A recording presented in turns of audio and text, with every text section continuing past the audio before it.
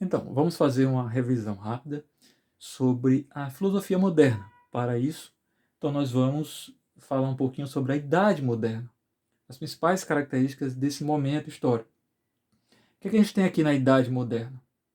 A gente tem uma revalorização do ser humano, uma revalorização da natureza, o desenvolvimento de uma mentalidade racionalista com uma valorização da razão, a passagem da visão teocêntrica, onde Deus está no centro, para antropocêntrica, onde o homem passa a ir para o centro das atenções. E com isso um declínio das explicações religiosas. Sabemos que durante a Idade Média a gente tinha uma visão teocêntrica, onde Deus estava no centro. Com a Idade Moderna a gente vai para uma visão antropocêntrica, onde a gente tem o homem no centro. Contexto histórico. O que é que a gente tem aqui acontecendo? A passagem do feudalismo para o capitalismo. Feudalismo, Idade Média. Capitalismo, Idade Moderna. Então, passagem do feudalismo para o capitalismo. Ou seja, o florescimento do comércio, a ascensão da classe burguesa, dos comerciantes, né? Florescimento do comércio e a ascensão dos comerciantes da classe burguesa. O desenvolvimento das ciências da natureza, das ciências naturais, o interesse pela natureza, né? A invenção da imprensa. Temos também, na passagem para a Idade Moderna, o Renascimento. Lembra? O Renascimento, século XV, XVI, ali um movimento cultural, o Renascimento, que defendia o estudo da cultura greco-romana, a inspiração nas ideias do humanismo. Né? O que é o humanismo? Um movimento de exaltação do ser humano e dos seus atributos, exemplo, da razão. Então isso é o Renascimento, nesse movimento cultural que vai defender o estudo da cultura greco-romana, que valorizava a razão. Né? Então quem é esse indivíduo moderno? Quem é esse indivíduo moderno? Quem é esse indivíduo moderno que vai fazer a filosofia moderna? É um sujeito que tem uma disposição para investigar os problemas do mundo, né, fazer as observações e as experimentações, descobrir as leis que regem os fenômenos, controlar a natureza.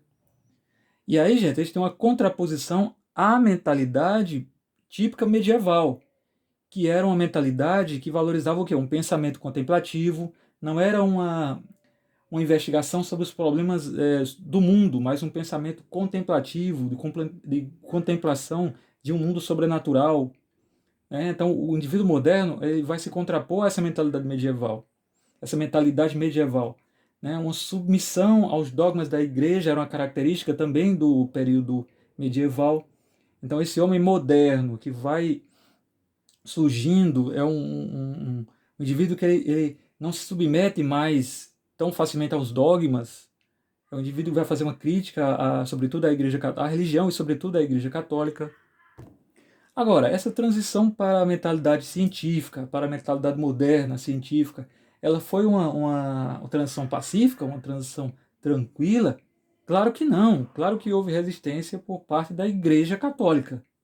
A Igreja promoveu um livro, na lista de livros proibidos, promoveu uma coisa chamada Tribunal da Inquisição, com o objetivo de descobrir, com o objetivo de julgar e de punir os hereges, de punir as heresias, ou seja, de punir os pensamentos contrários aos dogmas da igreja. Olha só, o Nicolau Copérnico elaborou a teoria heliocêntrica. O que é que dizia essa teoria? O Sol é o centro do universo. A Terra gira em torno do Sol.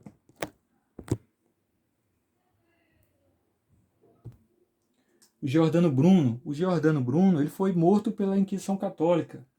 Ele dizia: o Sol é uma estrela entre muitas outras. O universo é infinito. Há um número infinito de mundos. Foi morto pela Inquisição Católica porque contrariava fortemente os dogmas católicos.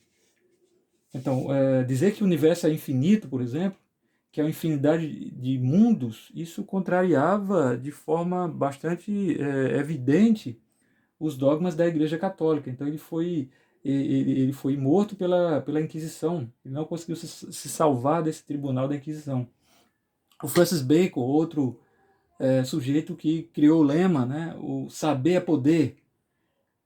Conhecimentos científicos, dizia, são instrumentos práticos de controle da natureza. Olha só, a valorização dos conhecimentos científicos. Então, o Francis Bacon ele tinha essa concepção de que saber traria o conhecimento, o saber traria poder, e o conhecimento científico seria uma tendência.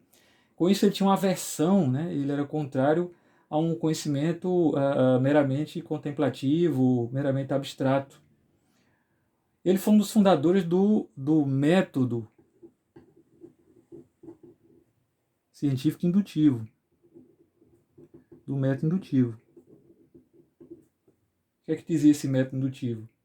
Ele se organizava a partir de 4 características. Primeiro, observação atenta e rigorosa da natureza para a coleta de informações do mundo. Segundo, uma organização racional dos dados recolhidos. Terceiro, a formulação de explicações, hipóteses, né? Explicações ainda sem a comprovação, mas explicações a partir de observações. E comprovação ou não das hipóteses formuladas mediante as experimentações repetidas em novas circunstâncias. Olha só, um pensamento científico aqui também do Francis Bacon. Ok? Então, gente, então a filosofia moderna ela vai contrariando o pensamento predominante medieval, que era um pensamento que era contemplativo, que valorizava muito as questões de ordem sobrenatural. Aqui é um pensamento que vai valorizar a razão e não apenas a razão, mas a razão voltada para as questões de ordem natural.